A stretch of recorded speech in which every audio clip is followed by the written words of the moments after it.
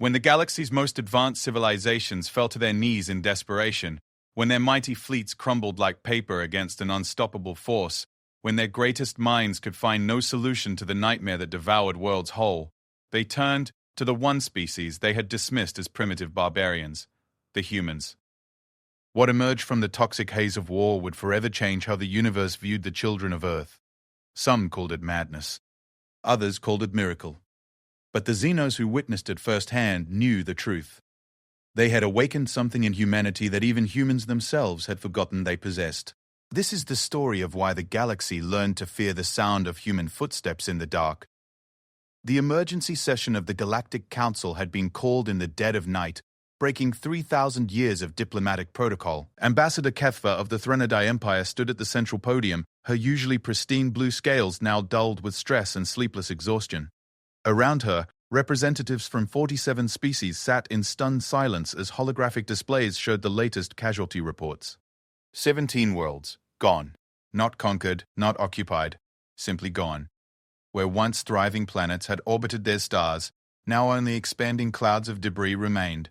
Picked clean of anything resembling life or civilization, the Devourers have broken through the Cassari defense line. Kethva announced, her voice barely steady. Admiral Zephyrin's entire fleet was consumed. 200 ships, 50,000 crew members. We detected no escape pods, no distress signals after the initial engagement. They simply vanished into that thing. The holographic display shifted to show the latest long-range sensor data. A massive, writhing cloud of what looked like living darkness stretched across 3 star systems, pulsing with an alien intelligence that made even the most advanced AI systems recoil in digital terror. Where it passed, stars dimmed, planets cracked, and space itself seemed to scream. Council Chairman Vorthak, a towering crystalline being whose people had seen the birth and death of galaxies, spoke with the weight of eons. In all our recorded history, across all our combined knowledge, we have found nothing that can halt this advance. Our finest military minds have failed. Our most sophisticated weapons barely slow its progress. A ripple of despair passed through the assembly. The hegemony of Tsar had lost their homeworld 3 days ago. The proud warrior caste of the Margit clans had thrown themselves against the darkness with savage fury, only to be absorbed and turned into something worse. Even the energy beings of the Cascade Nebula, who existed partially outside normal space-time, had been pulled screaming into the void. There must be something, insisted Representative Qualoon of the Trade Federation, his 4 arms gesturing desperately. Some weapon, some technology we've overlooked. The archives of the ancients, perhaps? Kethva's head tendrils drooped. We've tried everything. Quantum weapons, dimensional disruptors, even the forbidden temporal bombs. The Devourers don't just resist our attacks, they feed on them. Every ship we send, every weapon we fire, only makes them stronger. The silence that followed was broken by an unexpected voice from the far corner of the chamber. What about the humans? Every head turned toward the speaker. Ambassador Lysandra of the Kytherian Collective, whose people were known for their careful, analytical approach to problem-solving. Her suggestion was met with immediate scoffs and dismissive chittering from several representatives. The humans? Representative Gorthum of the Mining Consortium let out a deep, rumbling laugh. Those barely civilized apes? They've been spacefaring for 3 of their centuries? They still use projectile weapons and chemical explosives. Their largest ships barely qualify as destroyers by our standards, added Councillor Tsevik. They have no energy shields, no quantum computing, no understanding of higher dimensional physics. What could they possibly contribute? But Lysandra pressed on, her synthetic voice carrying an odd note of certainty. 6 months ago, I observed their response to the Craxi incursion into their outer territories. 12 Craxi dreadnoughts attacked their colony on Kepler, 442b. The humans had only 2 of their frigates and a handful of their primitive fighters. She paused, accessing her memory banks. They won. This brought another round of dismissive sounds from the assembly. The Craxi were notorious pirates and raiders, but hardly a serious military threat. They didn't just win, Lysandra continued, ignoring the interruptions. I lack adequate words in any of our languages. The humans displayed a level of tactical creativity and combat ferocity that my neural networks still struggle to process. They used their ships' primitive fusion drives as weapons, turning their own vessels into guided missiles. They employed psychological warfare techniques that drove the Craxi to literally flee the system in terror. Chairman Vorthak's crystalline structure shifted, creating harmonious tones. You suggest we turn to a species that has barely discovered faster-than-light travel to solve a crisis that has brought our most ancient civilizations to their knees? I suggest, Lysandra replied carefully, that perhaps our advancement has become our weakness. We've become so sophisticated, so refined in our approaches to conflict, that we've forgotten simpler solutions. The humans, they think differently. They approach problems from angles we would never consider. Representative Kelnara of the Scientific Consortium leaned forward, her insectoid head tilting with curiosity. The biological studies we've conducted on their species show interesting anomalies. Their neural architecture is chaotic. Where our minds follow logical, predictable patterns, theirs branch in seemingly random directions. Some of our researchers theorized it might be a form of controlled madness. Madness, mused Ambassador Thrandic of the Forge Worlds. His people were master engineers who built ships the size of moons. Perhaps that's exactly what we need.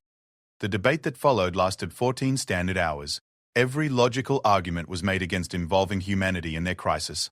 They were too primitive, too unpredictable, too dangerous to themselves and others. Their concepts of war were barbaric, their technology laughably obsolete, their social structures barely beyond tribal feudalism. But as reports continued to flood in, the destruction of the Catherian research station at Proxima Vale, the complete blackout from the entire Outer Rim sector, the collapse of the quantum communication network across 17 systems, desperation began to outweigh prejudice. It was Representative Qualoon who finally voiced what they were all thinking. What if we're wrong? What if their primitiveness is actually an advantage? The Devourers seem to consume and corrupt advanced technology. Perhaps something crude, something simple, might succeed where sophistication has failed. Chairman Vorthak spent several minutes in deep contemplation, his crystalline form cycling through various resonances as he processed the implications. Finally, he spoke. The humans have no official status in this council. They've been petitioning for associate membership for 60 of their years, but we've consistently deemed them not ready for galactic civilization. Perhaps, suggested Ambassador Kethva quietly, it's not about whether they're ready for us. Perhaps it's about whether we're ready for them. The vote, when it came, was closer than anyone expected. 31 species voted in favor of requesting human assistance, 14 against, with 2 abstentions. The margin was narrow enough that several representatives immediately called for a recount, but the decision stood. Now came the harder part. Actually making contact with Earth's government and convincing them to help. Humanity had exactly 17 starships capable of interstellar travel, all of them clustered around their home system or the handful of colonies they'd managed to establish within 50 light-years of Earth. Their fastest ship would take 3 standard months to reach the front lines of the crisis. There's another problem, admitted Councillor Tevvik reluctantly. We've not exactly been welcoming to human diplomatic overtures. Their ambassador has been cooling his heels in a waiting room on Nexus Station for 8 months while we consider their membership application. This brought uncomfortable shuffling from several representatives. The truth was that most galactic species viewed humanity with a mixture of amusement and disdain. They were useful for their raw materials and their enthusiastic participation in trade, but hardly the sort of species one included in serious political discussions. Then we humble ourselves, declared Chairman Vorthak, his crystalline structure dimming with what might have been shame. We go to them, we admit our prejudices, and we beg for their help. The word beg hung in the air like a physical presence. Never in recorded history had the Galactic Council begged for anything. They traded, they negotiated, they occasionally demanded, but they never begged. The very concept was alien to species that had ruled the stars for millennia. Ambassador Lysandra stepped forward. I volunteered to lead the delegation. My people have maintained cordial relations with the humans, and I've studied their culture extensively. If anyone can convince them to help us, it's me. Within 6 hours, the fastest ship in the galactic fleet, a Vorthan diplomatic cruiser capable of traversing 100 light-years in a single day, was racing toward the Sol system. Aboard were 5 of the most senior ambassadors in galactic civilization, along with complete archives of everything they knew about the Devourer threat. As the stars streaked past the viewports, each ambassador wrestled with the magnitude of what they were asking. They were about to request that a species they'd consistently dismissed as primitive barbarians save them from a threat that had already destroyed more advanced civilizations than humanity could imagine. Ambassador Kethva stared out at the hyperspace tunnel streaming past their ship and wondered if they were making a terrible mistake. Humans were unpredictable, violent, and barely removed from their evolutionary origins as pack hunters. What if inviting them into this crisis only made things worse? But then she remembered the sensor readings from their last engagement with the Devourers. 3 Threnodite battle carriers had fired their most advanced weapons into the writhing darkness, quantum lance arrays that could crack a planet's crust, and watched helplessly as the energy was absorbed and turned back against them. Their ships had been converted into twisted parodies of themselves before being absorbed into the collective nightmare. Perhaps unpredictable and violent was exactly what they needed. The ship's AI announced their arrival in human space with a soft chime. Through the viewports, the Sol system spread out before them in all its primitive glory. A single yellow star, 9 planets, and the scattered debris of humanity's early attempts at space exploration. Compared to the grand stellar engineering projects they were used to, ring worlds, Dyson spheres, artificially stabilized star systems, it looked almost quaint. But as their sensors swept the system, they detected something unexpected. The humans had been busy since their last diplomatic contact. Orbital shipyards around Mars were producing vessels at an accelerated rate. The asteroid belt was dotted with mining operations and manufacturing facilities. Most surprisingly, they detected energy signatures that shouldn't exist with human technology, some kind of exotic matter manipulation that their own scientists were only beginning to understand. Interesting, murmured Lysandra as she reviewed the sensor data. They're developing faster than our projections suggested. The human response to their arrival was swift and professional. 3 escort ships, sleek, angular vessels that looked more like weapons than spacecraft, moved to intercept them. The communication that followed was brief and to the point. Galactic Council vessel. This is Admiral Sarah Chen of the Terran Defense Force. State your business in Sol space. The tone was polite but carried an undercurrent of steel that none of the ambassadors had expected. These weren't the eager supplicant humans they dealt with in previous diplomatic contacts. These were people who had been ignored and dismissed for decades, and they weren't particularly interested in pleasantries. Lysandra took the lead. Admiral Chen, this is Ambassador Lysandra of the Kytherian Collective, representing the Galactic Council. We request immediate audience with your highest governmental authorities on a matter of galactic security. The pause that followed was longer than expected. When Admiral Chen responded, there was something like grim amusement in her voice. How convenient. We've been trying to get your attention for quite some time now. I suppose it's interesting that you're suddenly interested in talking to us. What's the emergency? And there it was, the moment of truth. Lysandra looked around at her fellow ambassadors, seeing her own uncertainty reflected in their alien faces. How did you explain to a species you'd spent decades dismissing that the very survival of galactic civilization might depend on their help? Admiral, she said finally, we need humanity's help. The galaxy is dying, and we have nowhere else to turn. The emergency session of the United Earth Government took place in the same chamber where humanity had first drafted their petition for galactic membership 43 years earlier. The irony wasn't lost on President Maria Santos as she looked across the table at 5 of the most powerful beings in known space, all of them shifting uncomfortably in chairs designed for human physiology. Let me see if I understand this correctly, President Santos said, her voice carrying the weight of 8 billion people behind it.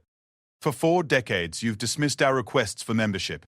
You've ignored our diplomatic initiatives, refused our trade proposals, and generally treated us like we're some quaint curiosity not worthy of your attention. Ambassador Lysandra's synthetic features remained impassive, but there was something in her posture that suggested discomfort. President Santos, I understand your frustration. Frustration? Secretary of State James Morrison leaned forward, his scarred face, a souvenir from the Martian Independence War, set in hard lines. Ambassador, we've had one of our people sitting in a waiting room on your space station for 8 months. 8 months. We've sent 17 formal requests for an update on our membership status. 17. And each time, we're told you're still reviewing our application. The review process is necessarily thorough, began Ambassador Kethva. Bullshit. The word came from General Patricia Haze, the head of military operations, and it hung in the air like a physical slap. You've been hoping we'd just give up and go away. You've been waiting for us to crawl back into our little corner of the galaxy and stop bothering the grown-ups. The alien ambassadors exchanged glances, or what passed for glances among species that communicated through everything from electromagnetic fields to pheromone releases. This was not going as they had hoped. President Santos held up a hand, and the room fell silent. She was a small woman, barely 5 feet tall, but she carried herself with an authority that made the chamber feel cramped, despite its generous dimensions. Now you come here telling us that some cosmic horror is devouring the galaxy and you want our help. The same species you've consistently deemed not ready for galactic civilization is suddenly your last hope. The situation is unprecedented, admitted Chairman Vorthak, his crystalline structure resonating with harmonics that translated roughly to embarrassment. We have perhaps underestimated. You've underestimated humanity, interrupted Admiral Chen, who had joined the meeting via quantum entanglement communicator from the Mars defense grid. The question is, why should we help you? The silence that followed was deafening. Ambassador Lysandra finally spoke, her synthetic voice carrying undertones that her translation software marked as desperation. Because if we fail, humanity dies with us.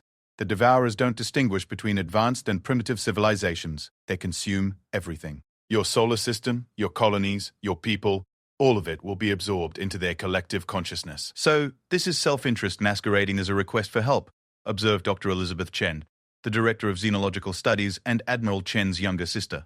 You're not asking us to save you, you're asking us to save ourselves. Does it matter? Ambassador Kethva's head tendrils were fully extended, a sign of extreme stress among her people. The result is the same. Work with us or watch everything you've built turn to ash. General Haze stood and walked to the chamber's main holographic display. Show us what we're dealing with. The hologram that materialized above the conference table was unlike anything humanity had ever witnessed. The writhing mass of darkness seemed to exist in more dimensions than their three-dimensional display could properly represent. It twisted and coiled through space like a living thing, consuming everything in its path and growing larger with each system it devoured. Jesus, whispered Morrison. How big is that thing? Current estimates suggest it encompasses roughly 4,000 cubic light-years, replied Lysandra. And it's expanding at an exponential rate. At current growth projections, it will reach the outer boundaries of your solar system in approximately 18 standard months. Doctor. Chen was studying the readouts with the intensity of someone whose entire life had been spent analyzing alien phenomena. These energy signatures, they're not matching anything in our databases. It's like the thing exists partially outside normal space-time. Our finest scientists have reached the same conclusion, confirmed Chairman Vorthak. It appears to operate according to physical laws we don't understand. Perhaps laws that predate our current universe. President Santos was still staring at the holographic nightmare writhing above the table. What have you tried? Everything. The word came out flat and defeated from Ambassador Kethva. Quantum weaponry, dimensional attacks, temporal disruption fields. We've thrown the combined might of 47 civilizations at this thing, and it barely noticed. Our most powerful weapons don't damage it, they feed it. Every ship we send becomes part of it, added Lysandra. Every crew member absorbed adds to its intelligence. We've inadvertently been making it stronger with every engagement. Admiral Chen's voice crackled through the communicator with renewed interest. What do you mean, absorbed?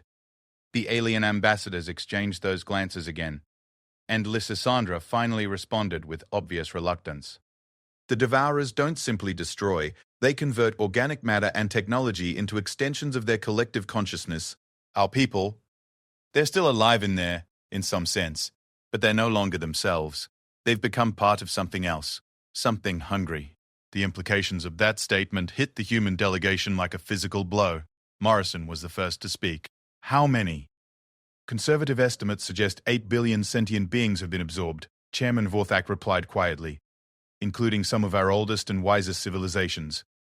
General Haze turned away from the hologram, her face pale. And you want to send our people into that? We want to find a solution that doesn't require sending anyone into anything, Lysandra said quickly. Your people think differently than ours. You approach problems from angles we would never consider. Perhaps you can see something we've missed. Doctor. Chen looked up from her analysis. You're asking us to solve a problem that stumped the most advanced minds in the galaxy. With what? We're barely a century into spaceflight. Our most sophisticated AI is roughly equivalent to a pocket calculator compared to your technology.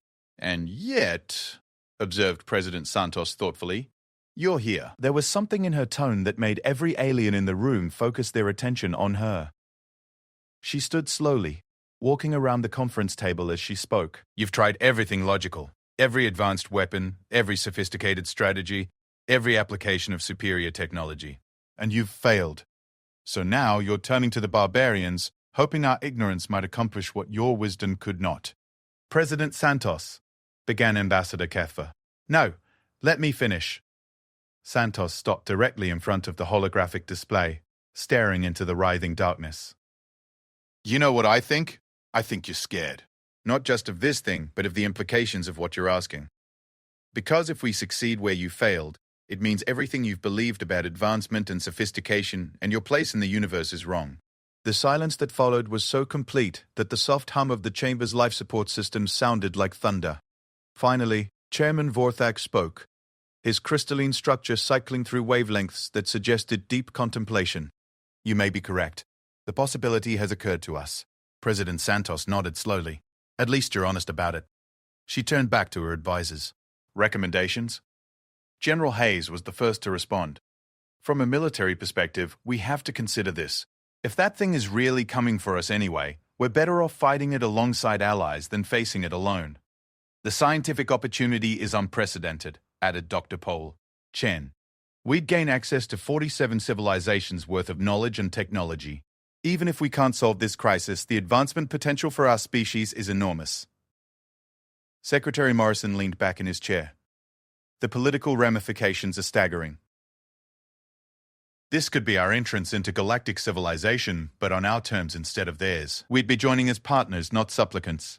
And if we fail, Admiral Chen's voice carried a note of grim humor, we all die anyway, so the downside risk is manageable. President Santos looked around the table one final time before making her decision. Ambassador Lysandra will help. But we do this our way, with our methods, and with full partnership status in any solution we develop.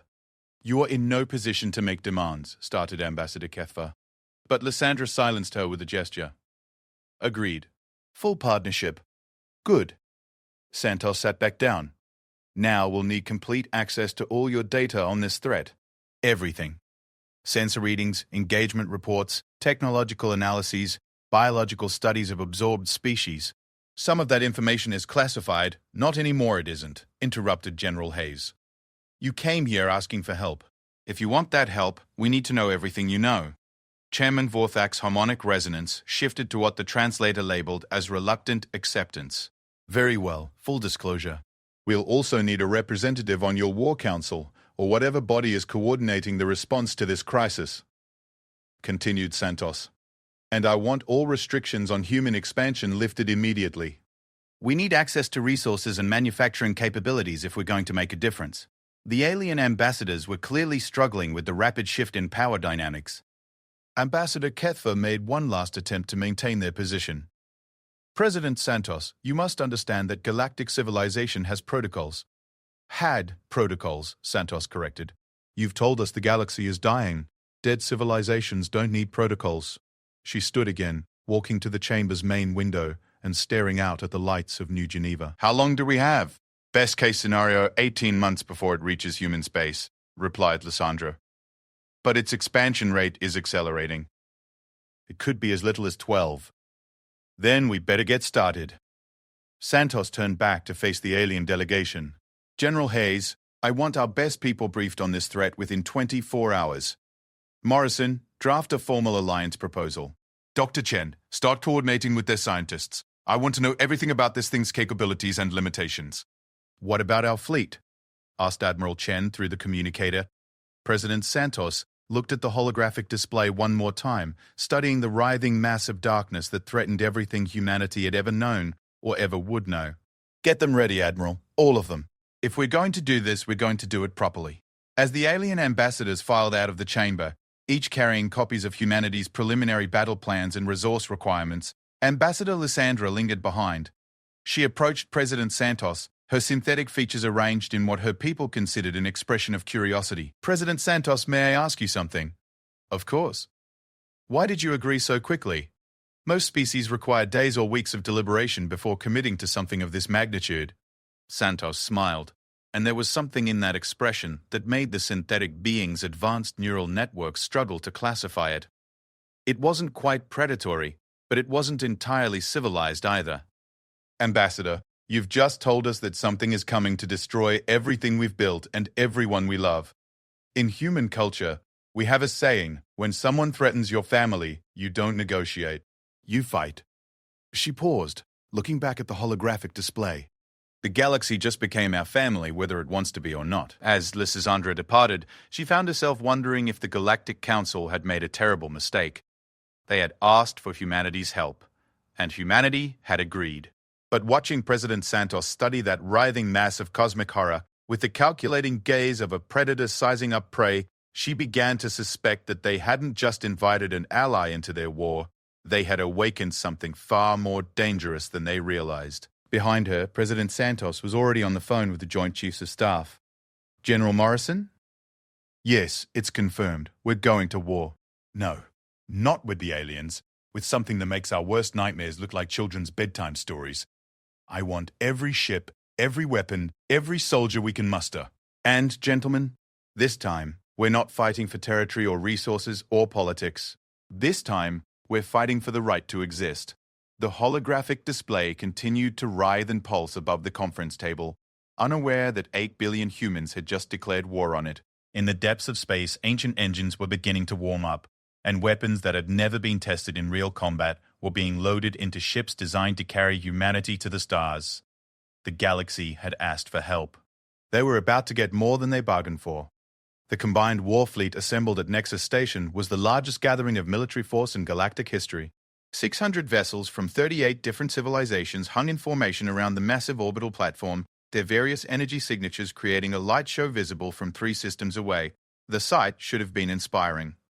Instead, Admiral Korvoshta of the hegemony found himself struggling with a growing sense of dread. At the center of the formation, like a dark splinter against the stars, hung the human contribution to their alliance. 17 ships, that was all humanity could muster. 17 vessels against a threat that had already consumed fleets 10 times that size. The largest of them was barely 800 meters long, smaller than most species courier ships. Are you certain about this? Admiral Korvoshta asked Ambassador Lysandra as they watched the human ships take their assigned positions. Those vessels look like they could barely survive a collision with an asteroid, much less engage an enemy that has destroyed our most advanced dreadnoughts. Lysandra's synthetic features remained impassive, but her neural activity patterns suggested uncertainty. The humans insisted on full integration with our battle group. Their Admiral Chen was quite emphatic about it. Through the station's communication array, Admiral Chen's voice carried that distinctive human accent that most species found slightly grating. Nexus Station. This is TDF Retribution. We're picking up some unusual readings from your formation. Are those weapon systems normally active during fleet maneuvers? Admiral Korvash deactivated his own communication system. Admiral Chen, this is standard protocol for a combat formation. Our point defense grids remain active as a precautionary measure. The pause that followed was brief but pregnant with implications. Admiral, I'm seeing targeting solutions for approximately 40% of the vessels in this fleet. Either your precautionary measures have some serious flaws, or someone doesn't trust their allies. The accuracy of that assessment sent ripples of discomfort through the command staff. The human sensors shouldn't have been sophisticated enough to detect their targeting systems, much less analyze their firing solutions. How are they reading our tactical displays? Whispered Captain Veltar, the station's tactical officer. More importantly, added Commander Yithak, why are they reading them? Admiral Chen's voice returned, carrying a note of cold amusement. Nexus Station. We're transmitting our own tactical assessment to all ships in the formation. I think you'll find it interesting. The data that flooded their communication systems was unlike anything the Galactic Fleet had ever received. Where their own tactical computers provided clean, organized displays with neat threat assessments and suggested responses, the human analysis was chaotic. It showed overlapping fields of fire, predicted collision courses, and identified 17 different ways their current formation could be turned against itself. But more disturbing was the depth of analysis. The humans had somehow mapped every ship's weapon systems, shield configurations, and even crew rotation schedules from sensor data alone. They knew which vessels were low on ammunition, which crews were operating on insufficient rest, and which captains had histories of making poor decisions under stress. This is impossible, muttered Admiral Korvashath, studying the readouts. Their sensors aren't advanced enough for this level of detail.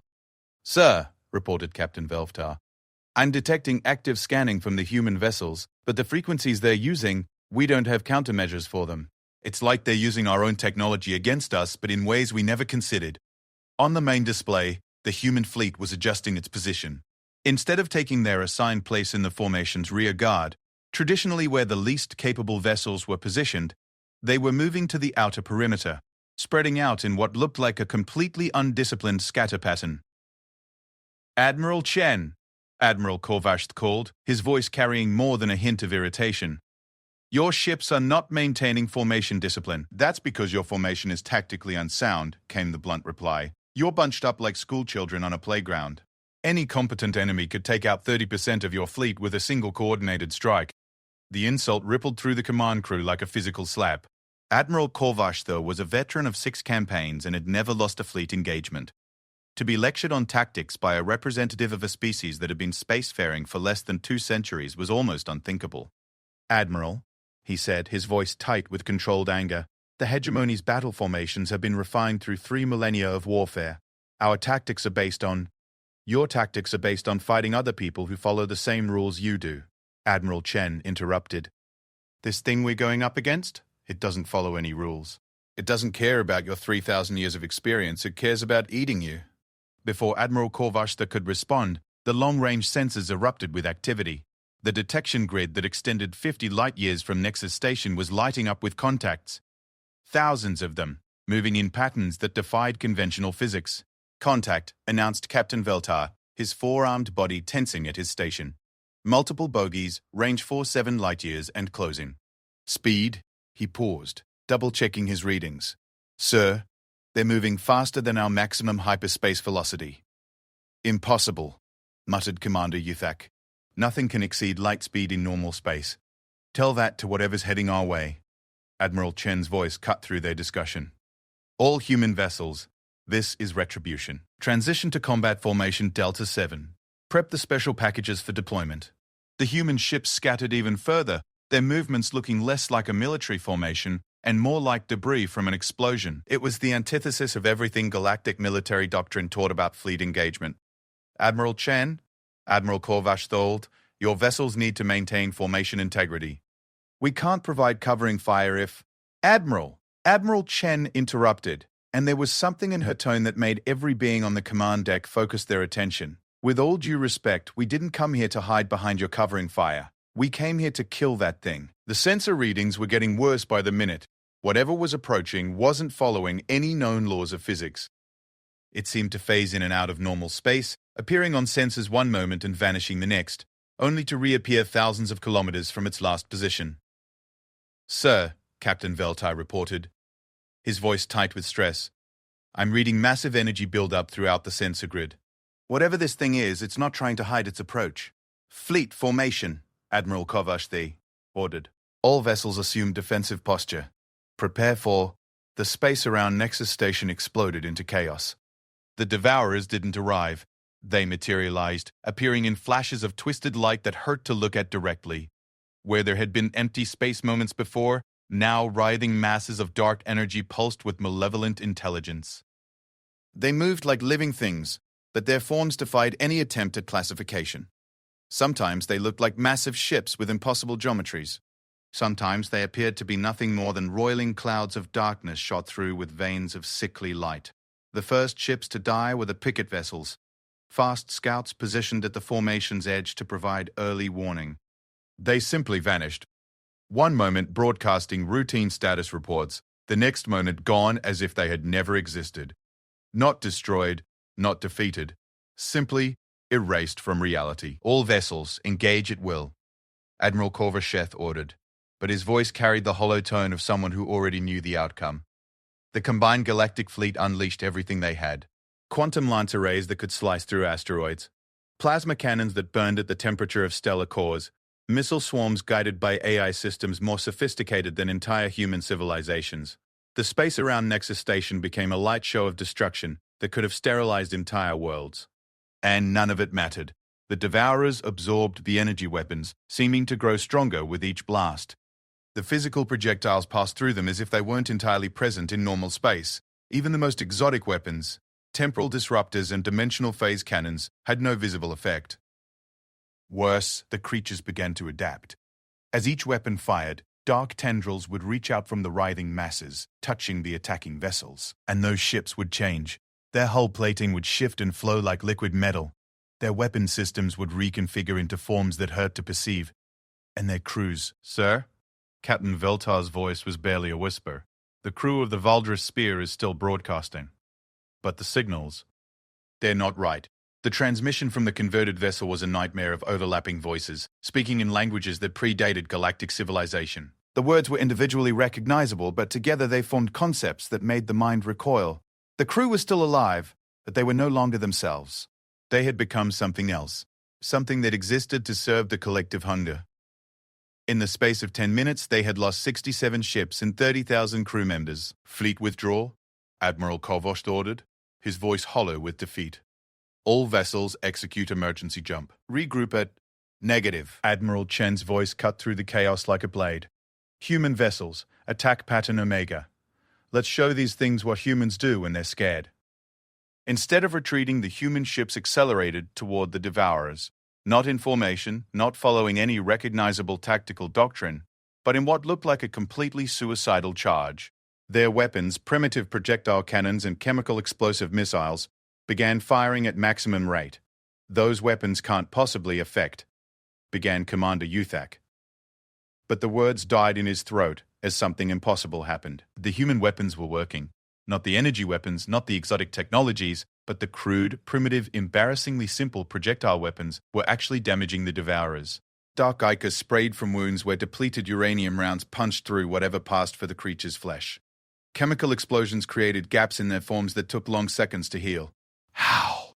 Admiral Korvash whispered, staring at the tactical display in disbelief. Iron.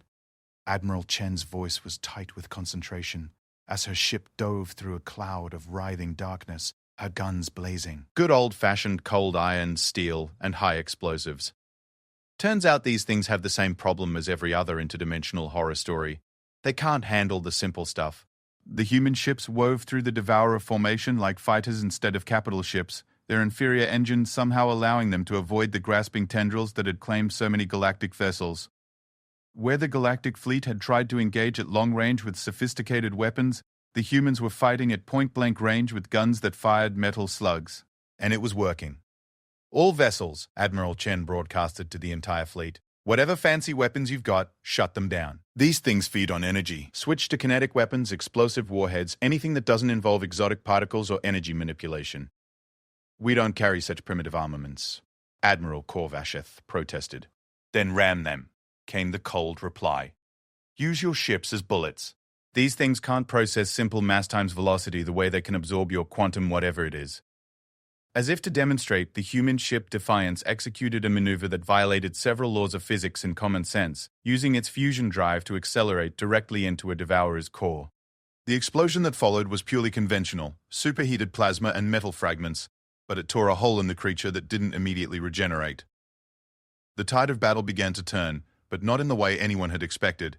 Instead of the organized, disciplined engagement that galactic military doctrine called for, the fight became a chaotic free-for-all. Ships rammed enemies that couldn't be hurt by weapons. Crews improvised kinetic weapons from cargo containers and debris. The careful formations that had taken millennia to perfect dissolved into something that looked more like a bar fight than a space battle. And the humans were right in the middle of it, their ships darting through the chaos like predators who had finally found prey they understood. Their communications filled with concepts that the galactic fleet's translation systems struggled to process, terms like fire for effect and danger close and acceptable losses that spoke to a fundamentally different approach to warfare. Admiral, Captain Veltar called out, the humans are requesting coordination for something called a hammer and anvil maneuver. What does that involve? Admiral Kovost asked, though part of him wasn't sure he wanted to know. Admiral Chen's voice crackled through the communication system, and there was something in her tone that made the translation software add warnings about potential psychological impact. It means we're going to show you what happens when you corner a species that evolved from persistence hunters. These things want to eat us? Fine. We'll teach them why everything else on Earth learned to be afraid of humans. As the battle raged around Nexus Station, something fundamental had changed. The galactic fleet had come expecting to fight a conventional engagement against an unconventional enemy. Instead, they found themselves learning to wage war from a species they had dismissed as primitive barbarians. And for the first time since the crisis began, they were winning. But the real revelation wasn't about weapons or tactics. It was about the humans themselves. Under pressure, stripped of all pretense and forced to fight for their lives, They had revealed something that made even the Devourers pause in their assault. Humanity wasn't just another spacefaring species. They were something far older and far more dangerous. Apex predators who had spent millions of years learning how to kill things that wanted to kill them. And now, for the first time in galactic history, that skill set was being applied on a cosmic scale. The galaxy was about to learn why Earth's children had never needed anyone's protection. The aftermath of the Battle of Nexus Station should have been a celebration. Instead, Admiral Korvash found himself staring at casualty reports that defied everything he thought he knew about warfare. The Galactic Fleet had lost 237 vessels, nearly 40% of their force. The humans had lost 3 ships. 3. Run the analysis again, he ordered Captain Velta for the 4th time in 2 hours. Sir, the results are consistent. Human casualties: 3 vessels destroyed, crew of 96. Galactic Alliance casualties: 237 vessels, crew complement of approximately 80 to 7,000. Velta's forearms moved nervously across his control panels. The humans achieved a casualty exchange ratio of approximately 900 to 1 in their favor. That's impossible. Sir, I've checked the sensor logs personally. The human vessels engaged at ranges we would consider suicidal, using weapons we would classify as obsolete. And they achieved tactical superiority against an enemy that destroyed our most advanced ships with minimal effort. Admiral Korvash III turned away from the display, his mind struggling to process the implications. 3 centuries of military experience, 6 major campaigns, tactical innovations that had been studied in war colleges across 17 systems, and a primitive species, had just taught him that everything he knew about warfare was wrong. The communication system chirped with an incoming transmission. Admiral Chen's face appeared on the main screen, and for the first time since their alliance began, Admiral Korvash III noticed something that the translation protocols had been filtering out. The humans' eyes weren't celebrating their victory. They were calculating, measuring, already thinking. 3 moves ahead. "Admiral," she said without preamble, "we need to talk. All fleet commanders, emergency council in 1 hour. We have a problem." "What kind of problem?" asked Admiral Korvashev, though he wasn't sure he wanted to know. The kind where winning this battle might have just made the war unwinnable. 1 hour later, the combined command staff assembled in Nexus Station's main briefing amphitheater. Representatives from 23 species filled the circular chamber, their various forms creating a living testament to the diversity of galactic civilization. At the center, Admiral Chen stood before a holographic display that showed the tactical analysis from their recent engagement. "The good news," she began, without any social pleasantries, "is that we can hurt these things. Iron, steel, and conventional explosives disrupt their dimensional anchoring. They can't absorb kinetic energy the way they absorb exotic particles." Murmurs of relief rippled through the assembled commanders. It was the first genuinely positive intelligence they'd received since the crisis began. "The bad news," Admiral Chen continued, and the murmurs died instantly, "is that they're learning. Fast." The holographic display shifted, showing sensor readings from the later stages of the battle. Where the Devourers had initially been vulnerable to kinetic weapons, by the end of the engagement they were adapting. Projectiles that had torn through their forms in the first minutes were being deflected or absorbed by the last. "Adaptation rate?" asked Admiral Zefran of the Kasari Defense Force. "Exponential." Dr. Elizabeth Chen materialized via quantum entanglement, her laboratory on Earth visible behind her. "We've analyzed the engagement data, and these things don't just learn from experience. They share information instantaneously across their entire collective. Every tactical innovation we used in the battle has already been transmitted to every Devourer in the galaxy." The implications hit the assembled commanders like a physical blow. Admiral Velshan of the Threnody Navy was the first to voice what they were all thinking. You're saying that our victory was temporary. That the tactics that worked here won't work again. "I'm saying," Admiral Chen replied grimly, "that we have perhaps 6 to 8 hours before they develop complete immunity to kinetic weapons. After that, we're back where we started, except now they know everything about our capabilities." The silence that followed was broken by Commander Gortham of the Mining Consortium. "Then what do we do? If they can adapt to any weapon we use against them, how do we fight?" Admiral Chen's expression shifted, and something in her face made the translation software append warnings about psychological stress indicators. "We don't fight them conventionally. We can't. They're too adaptable, too intelligent, too connected. Every engagement teaches them more about us while we learn almost nothing about them." "Then you suggest surrender?" Admiral Korvash's voice carried a note of disbelief. I suggest we change the nature of the conflict. Admiral Chen gestured, and the holographic display shifted to show a star map of the affected systems. Look at their expansion pattern. They're not randomly consuming systems. They're following specific routes targeting specific types of worlds. There's a pattern here. Dr. Chen's voice joined the discussion from Earth. We've identified what they're looking for: high concentrations of quantum active materials, worlds with exotic matter deposits, systems with artificial intelligence networks. They're not just consuming, they're harvesting. Harvesting for what? Asked Ambassador Lysandra. To build something, Admiral Chen replied. Something big enough that they need the resources of entire civilizations to construct it.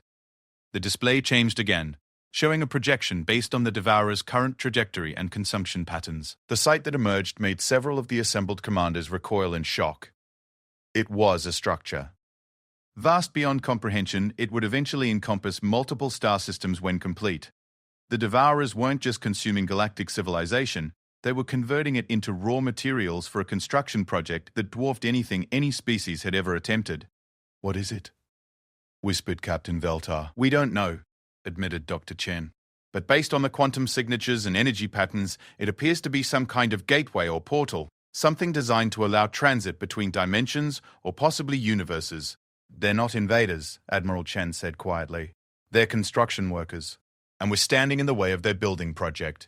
The revelation recontextualized everything. This wasn't a war in any conventional sense. It was an extinction event. The Devourers weren't trying to conquer or subjugate galactic civilization. They were simply clearing away obstacles to complete their construction. So we stopped the construction, declared Admiral Zafran with typical Kasari directness. Destroy whatever they're building. With what? Admiral Chen's voice carried a note of harsh pragmatism. Our entire combined fleet couldn't significantly damage a single Devourer group. That structure they're building is already larger than most star systems. We might as well try to destroy a galaxy with handheld weapons. Then what do you propose? Admiral Korvasht asked, though he was beginning to suspect that he wouldn't like the answer. Admiral Chen was quiet for several long moments, her eyes focused on something beyond the holographic displays. When she spoke, her voice carried a weight that made the assembled commanders lean forward instinctively. We make ourselves more valuable alive than dead. Explain, demanded Ambassador Lysandra. The Devourers are intelligent. They adapt, they learn, they plan. That means they can reason. And if they can reason, they can negotiate. The concept was so alien that several species translation protocols failed entirely. Admiral Velshan was the first to recover. You want to negotiate with creatures that have consumed entire civilizations? I want to survive, Admiral Chen replied bluntly. And sometimes survival requires thinking beyond conventional warfare. What could we possibly offer them? Asked Commander Gortham. Information, technology they haven't encountered, assistance with their construction project. Admiral Chen paused, letting the implications sink in. We become useful instead of just being obstacles. The reaction was immediate and overwhelmingly negative. Voices raised in protest from multiple species. Accusations of cowardice and betrayal filled the air, and for several minutes the chamber devolved into chaos. Admiral Chen waited for the noise to die down before continuing. I'm not suggesting surrender. I'm suggesting that we change the parameters of the conflict. We can't beat them militarily. We've established that. But we might be able to join them. Join them in consuming the galaxy? Admiral Korvasht's voice carried a note of disgust. Join them in completing their project quickly and efficiently, with minimal additional casualties. Admiral Chen's expression was stone-cold serious. They're going to build this thing whether we help them or not. The question is whether we want to spend the next few months watching them process every inhabited world in the galaxy into raw materials, or whether we want to help them find more efficient alternatives. The silence that followed was different from before, not shocked but thoughtful. The assembled commanders were beginning to grasp the scope of what Admiral Chen was proposing. You're talking about collaboration with an enemy that has already killed billions, Ambassador Lysandra pointed out. I'm talking about preventing them from killing trillions more. Admiral Chen shot back. Sometimes the ethical choice isn't the heroic one. Dr. Chen's voice joined the discussion from Earth. We've run projections based on their current consumption rate and construction timeline. If they continue their present course, they'll process approximately 40% of the galaxy's inhabited systems before their project is complete. That represents roughly 800 billion sentient beings. The numbers were too large to truly comprehend, but their implications were clear. Conventional resistance would result in casualties beyond anything galactic civilization had ever experienced. What exactly are you proposing? Admiral Corvash, they asked quietly. We approached them under a flag of truce. We offer technological assistance, logistical support, and industrial cooperation in exchange for selective preservation of key systems and populations. Admiral Chen brought up a new display showing potential negotiation parameters. We helped them complete their project faster and more efficiently than they could alone, and in return, they agreed to limit their consumption to uninhabited systems and volunteer populations. Volunteer populations?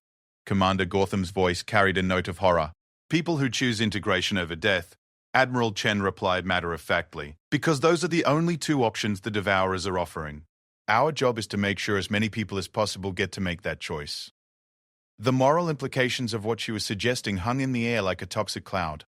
They were talking about collaborating with entities that had already consumed entire civilizations, about helping them complete a project that would fundamentally alter the nature of the galaxy. And if they refused to negotiate? Asked Admiral Velshan. Admiral Chen's smile was cold and sharp. Then we go to Plan B. Which is? We show them why humanity spent 200,000 years as the apex predator on a planet where everything was trying to kill us. Her expression shifted, and something in her eyes made the translation software add new warnings about potential psychological trauma. We make ourselves too expensive to consume. The room fell silent as the assembled commanders grappled with the magnitude of what they were being asked to consider. They had come to this meeting expecting military briefings and tactical discussions. Instead, they were being asked to choose between collaboration with an extinction-level threat and a resistance campaign that would likely result in their complete annihilation. How long do we have to decide? Admiral Korvashev asked finally. 6 hours until they adapt to kinetic weapons, 12 hours until their next major advance toward populated systems, 24 hours until this conversation becomes academic because there won't be enough of us left to matter.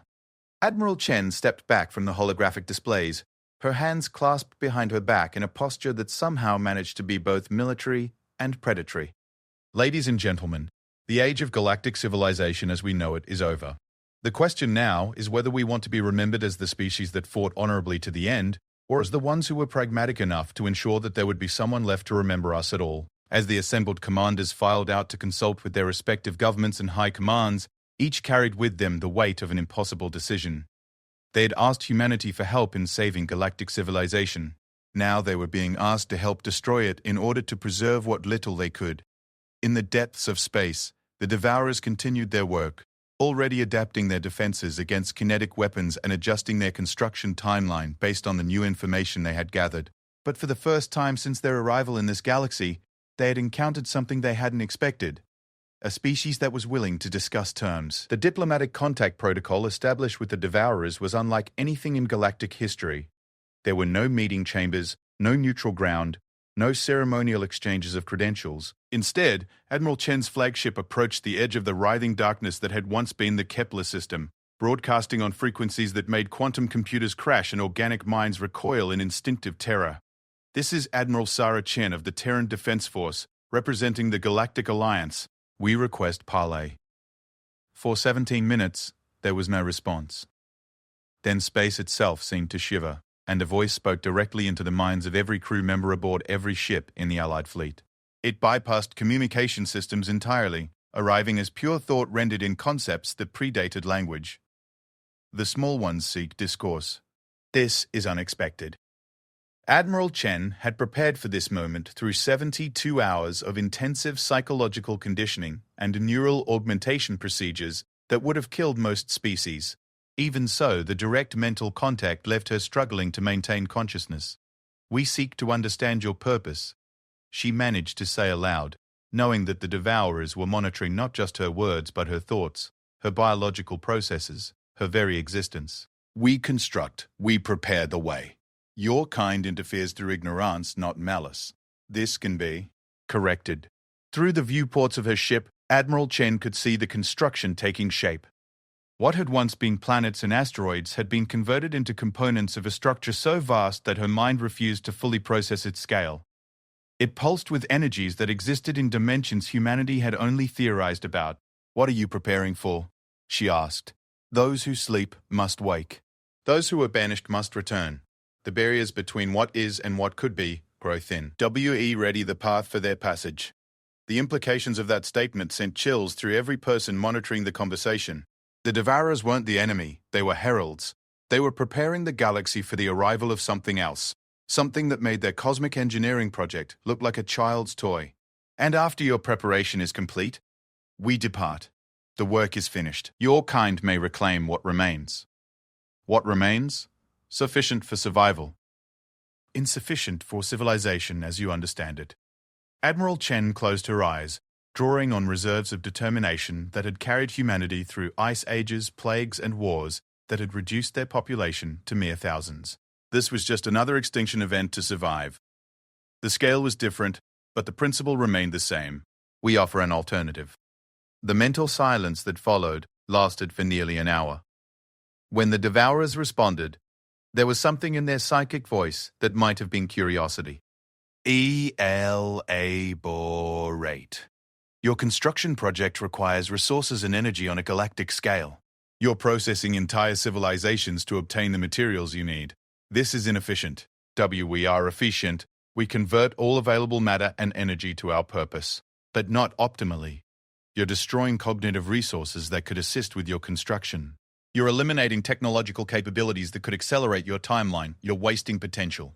For the first time since the contact began, Admiral Chen felt something like attention focused on her. The alien intelligence examining her thoughts was vast beyond comprehension, but it was also analytical, rational, capable of logical discourse. Explain efficiency improvements. Admiral Chen gestured, and her crew began transmitting the proposals that humanity and their allies had spent 3 days preparing. Technical specifications, resource allocation charts, construction timelines, and, most importantly, a demonstration of what organized cooperation could accomplish. These are the manufacturing capabilities of the Galactic Alliance.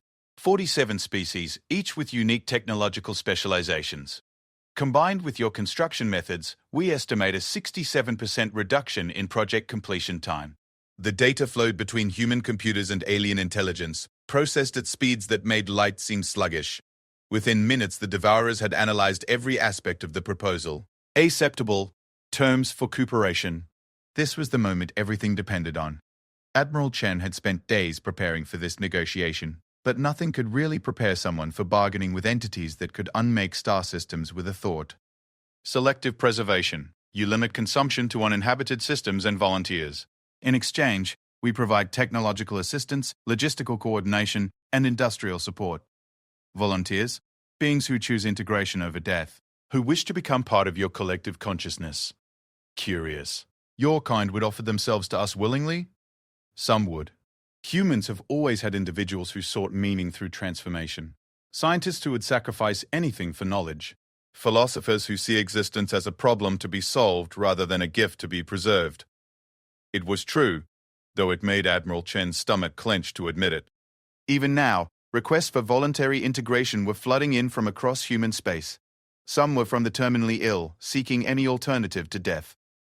Others were from researchers who saw joining the Devourers as the ultimate scientific opportunity. A few were simply tired of existence as individual beings. The concept has merit. Terms accepted. Integration protocols will commence immediately. Relief flooded through the Allied fleet, but it was premature. Admiral Chen knew they weren't done negotiating. One additional term. When your project is complete and your badge, masters arrive. We want assurance that what remains of galactic civilization will be left alone. The ancient Ones care nothing for your kind. You will be beneath their notice. Then you won't object to making it formal. Formality is unnecessary. Your existence or non-existence is irrelevant to those who approach. And there it was.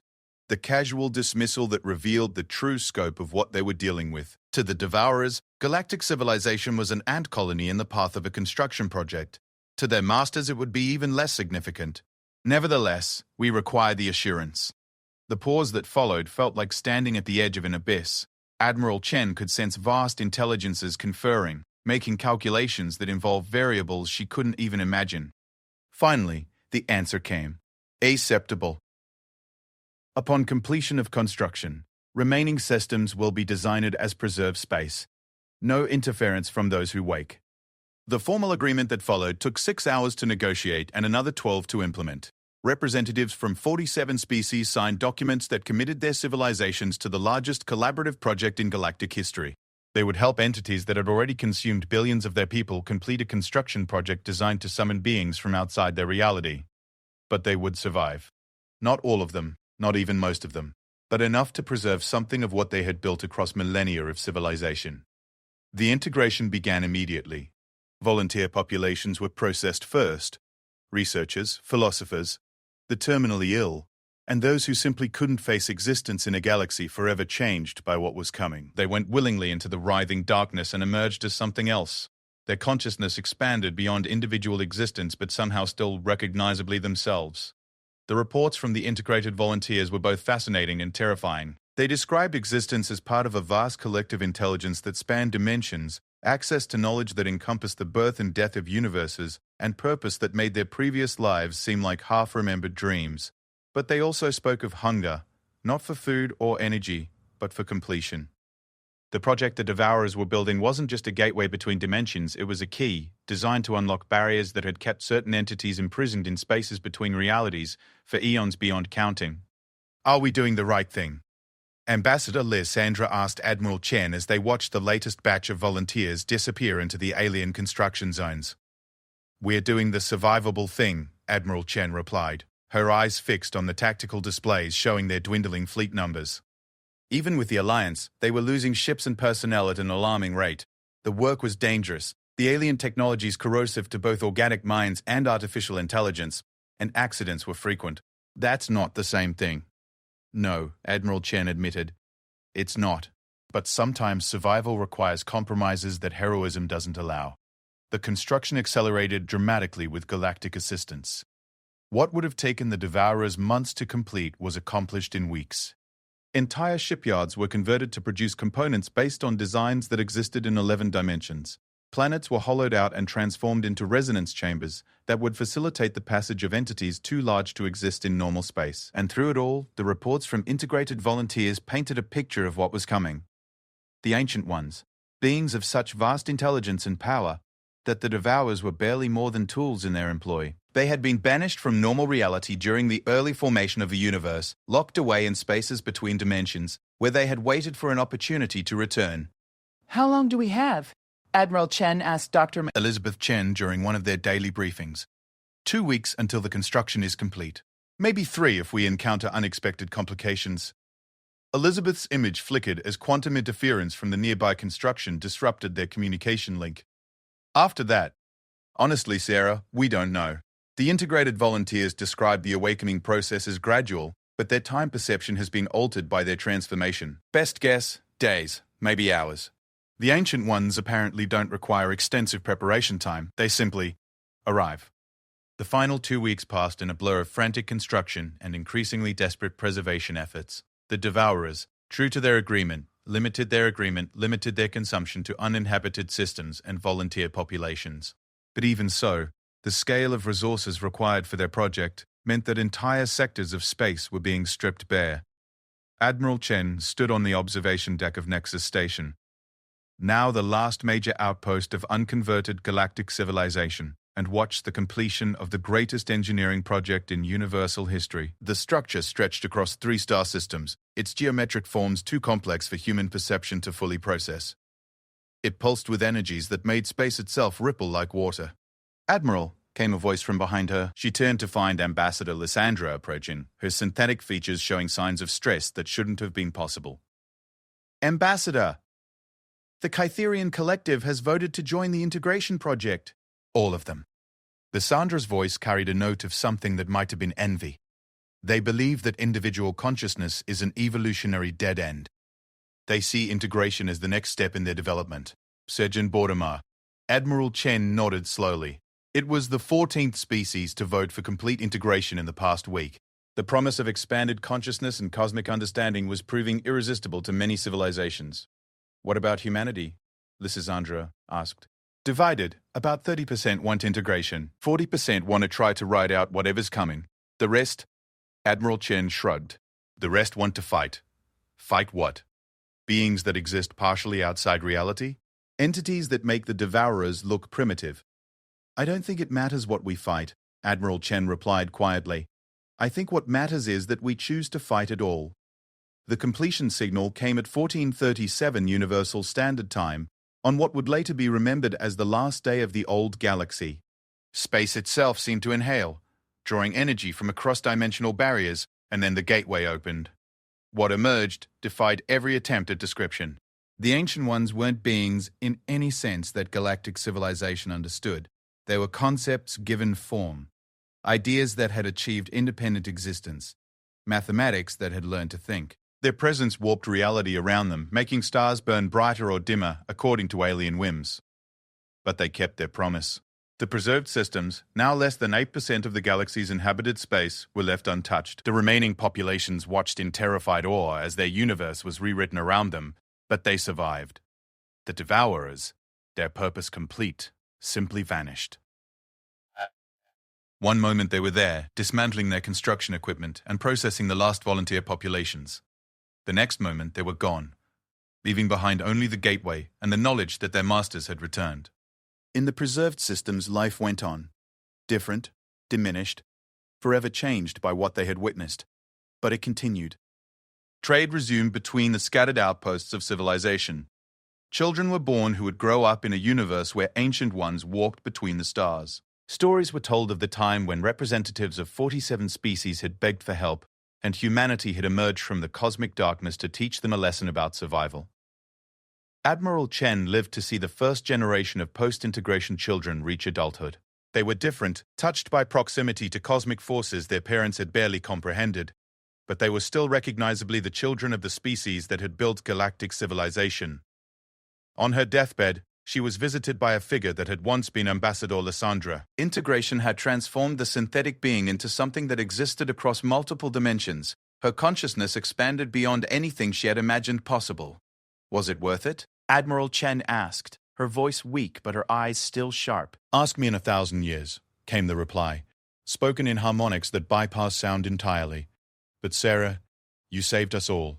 Not in the way anyone expected, not in the way any of us wanted. But you saved what could be saved."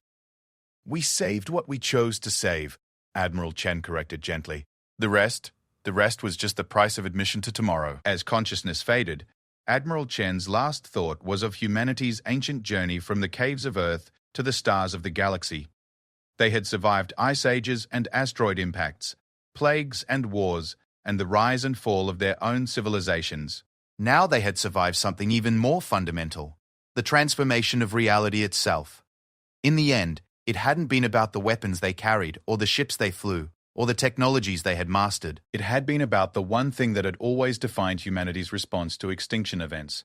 They endured. And in a galaxy ruled by Ancient Ones and transformed by forces beyond comprehension, that was enough. The preserved systems thrived in their small corner of the transformed universe, their inhabitants carrying forward the memory of what galactic civilization had been and the knowledge of what they had sacrificed to ensure that something survived to remember it. They remained proof that sometimes the greatest victory isn't defeating your enemies, it's outlasting them. And in the depths of space, where new realities were being born from the dreams of Ancient Ones, the echo of human determination continued to resonate through dimensions yet unmade.